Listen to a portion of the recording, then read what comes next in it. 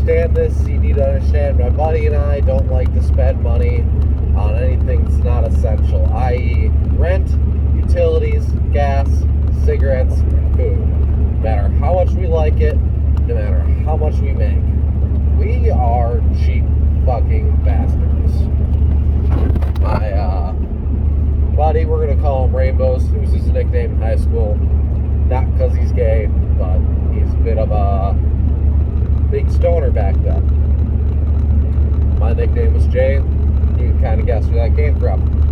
Anyway, so this is 2016 November to 2017 January. And I had a Volkswagen Jetta 2-liter 2000 automatic with, I want to say 180,000 miles. I actually got this car for free.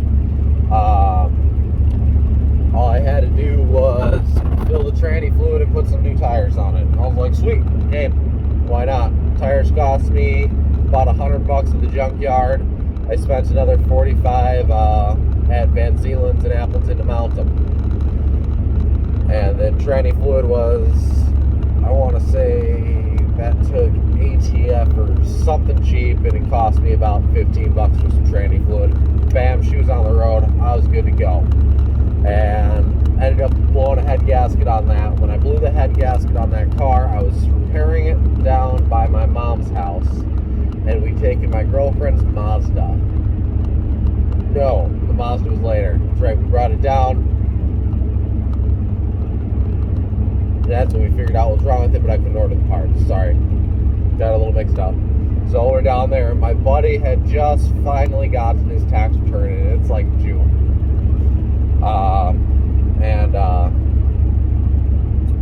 I go walk to the gas station, grab something to drink, doing something stupid to the Jetta, just a little basic maintenance. Sorry about that. Truck through ya. And I see this Cavalier sitting there. $200. No, $300. Not a bad deal. You know, could be better, but. So I go let my buddy know, and when I get back to the gas station, he's like, oh, dude, we should go look at that. I got the fucking money. I'm like, all right, shit, let's go. You know, we run down there, take a look at it. It's not terrible by any means. We go drive it back by my stepdad since we're already there. And I'm like, hey, what do you think of this? You know, Cavalier, 200,000 miles. Nothing looked too crusty from what we could really see. By crawling under the car. Car sits a little low, hard to see. Anyway, fuck!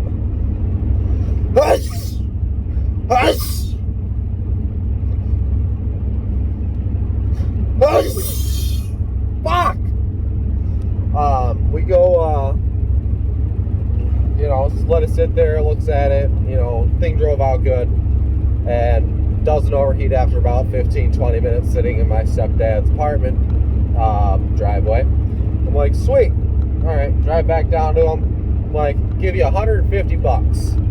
They're like, oh, you know, we want to get rid of it, but I don't know. Can you do $200? It at least covers the registration on the new car. I'm like, done. You know, here's $200. We put about, I want to say, 12,000 miles on that car while I was fixing my Jetta, driving back and forth about 2 hours from where I was fixing it because I had no tools myself.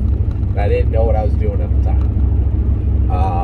I'd guess it's kind of a big project to take on, so, you know. And, we wanted to smell. It was about 20.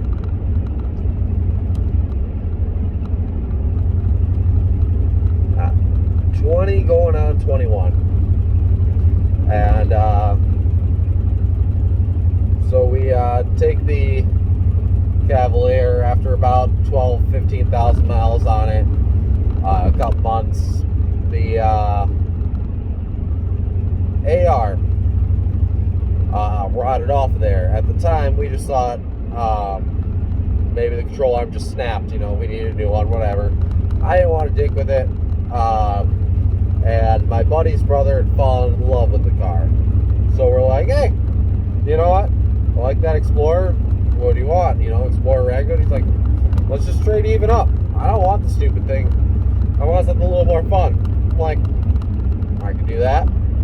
So we traded even up Cavalier for 1998 Ford Explorer 4-wheel drive with,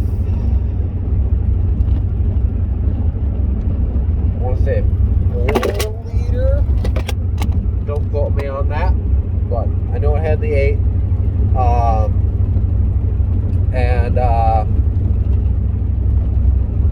We drive that for a while. Tranny starts to slip early December. We're like, oh, well, Tyler, it's probably time to get rid of this car. We find a Lancer Evolution down in Janesville to trade for. I want to trade even up. We go down there. It's got a spin and sputter, but about when I hit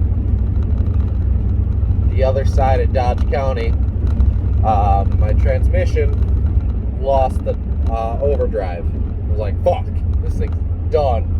Just make it. Just get us there. Just get us there. Just get us there. Got a little bit of cash on me if I gotta. They never test drove it. We told them, driving's not the best. Don't know what's all wrong with it. They didn't want to test drive it. That part's on them. We took their Lancer for a drive. The engine was toast. It just went pop, pop, pop, pop. There was a chance it was plugs and wires, but let's be honest, it's never plugs and wires. You always count on worst case scenario. We're like, you know what? Better chance of this making it home than that. So I fucking punch it. And I get the thing to clear out about 75 miles an hour. So we're cooking. Dodge County has a 1 mile an hour over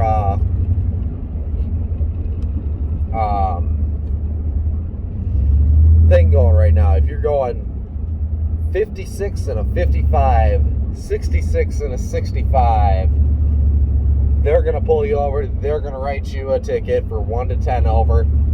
That's that. And you're going to pay it. So, and I had no license at the time, and I'm like, fuck, do I let this thing run good? Do I not? And we just went for it. I got lucky. We made it through. Got all the way back up to Appleton. Sweet. Perfect. Or no. That was while I was living in Hilbert. That's right. I just moved from Appleton to Hilbert. Bought my trailer.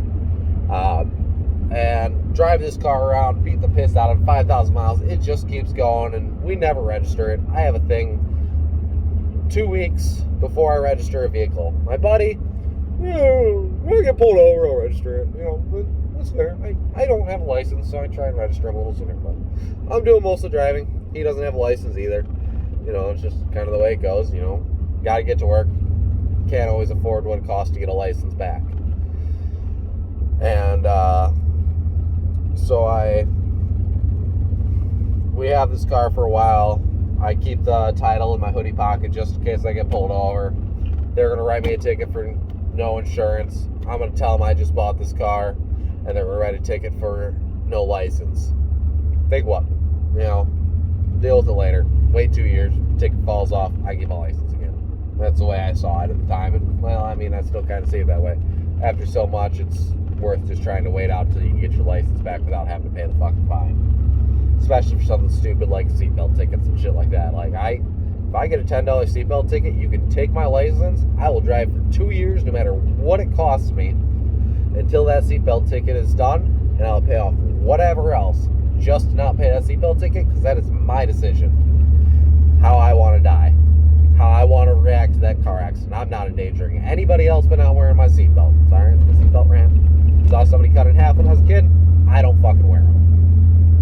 Back to the point. I kept the title of my hoodie. My girlfriend washed my hoodie one day. I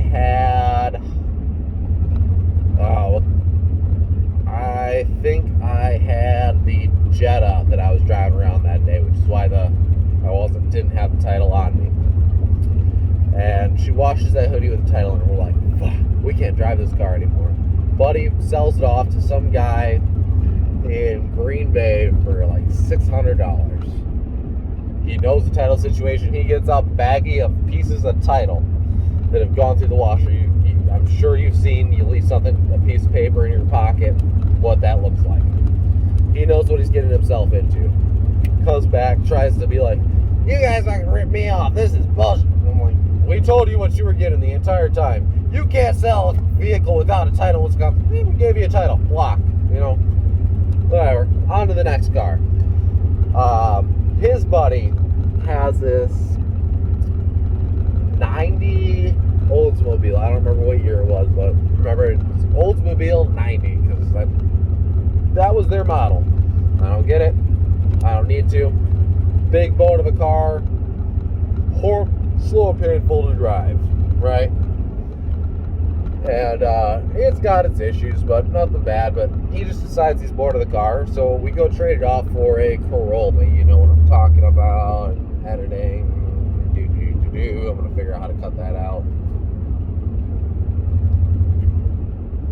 So now we get to my favorite car story.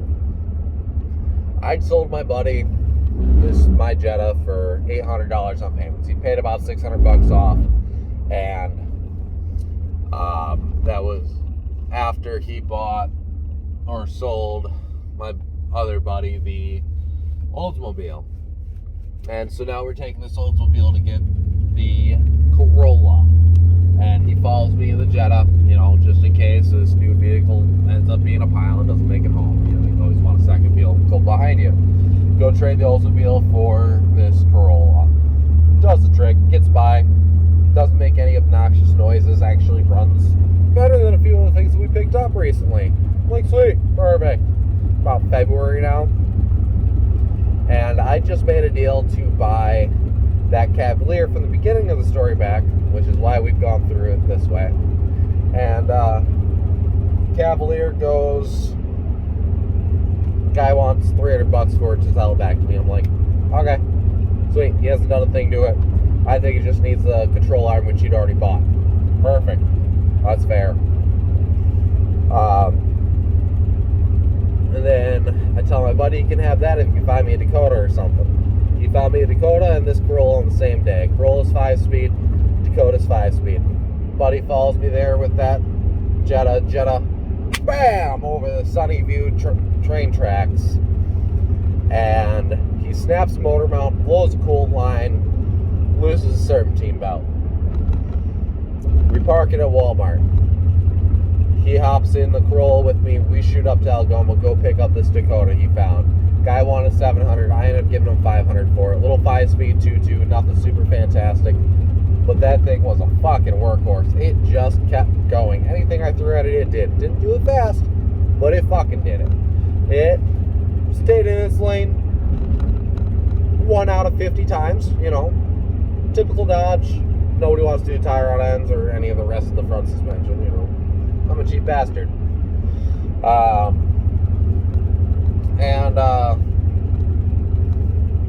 Drive back. I got no license. My other buddy's license is suspended over... No, his registration is suspended over parking tickets. That's right. His license was good. So we slapped his registration that we didn't know was suspended at the time onto that Corolla. And I drive the Corolla back still and gave him a crash course in stick. He's followed me in my brand new truck. Ooh, I had to lay on the brakes for a deer, and I thought he was not going to stop. My brand new truck was about to plow through my buddy's brand new car, and we're like, boom. Oh, Tyler's going to kill you, Hunter. Well, he didn't run through it, so life was good. But holy fuck, that scared the shit out of me. And drive that thing back. The Corolla we ended up selling for, I want to say $900. Made $400 profit. That car got 20,000 miles before we noticed the blue smoke puffing out the back and sent that down the road. And he bought a Kia, I believe, after that, which was kind of the end of his winning streak there. He did lose on that one, but we'll get to that. So then I have this Dakota. I probably put 5,000 miles on it. My other buddy's like, you know what, you can keep that Jetta. It's been about a month now, and it's parked down in Oshkosh at this Walmart, somehow still there. He owed me about $200 on it, right? I get it, I fix it, I tell him, look, these front tires, you've been fucking burning those bitches off. I don't know how you've been doing, but I know in this car you have to do that on purpose. Because it's got that perfect burnout wear pattern on the front tires. You're replacing those. And you're paying for the mount. Tires are $120, mount $70. It's going to be $190. 10 more bucks, he could own the car, probably got a few bucks back out of it. My biggest anger, he never refilled that tranny fluid, which you had to add a quart every 4,000 miles. No matter what. Never added a quart while he had it. But, so then I keep driving the Dakota, and the Jetta just sits parked at my house before I actually fix everything, and that whole situation transpires. Put about 40,000 miles on that Dakota. 20,000 miles in, I finally add some oil, because I realized, I'm out of oil. Dumped some oil in it.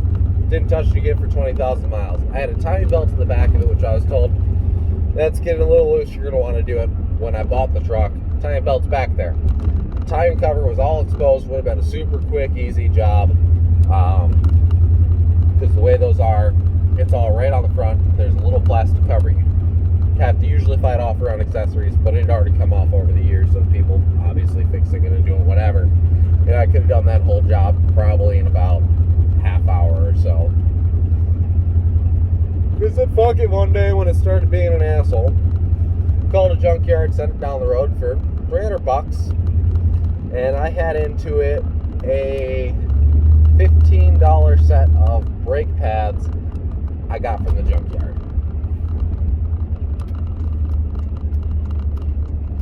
I don't always make money off my cars, but I generally get my money back, or at least a good amount of usage. And that's why I buy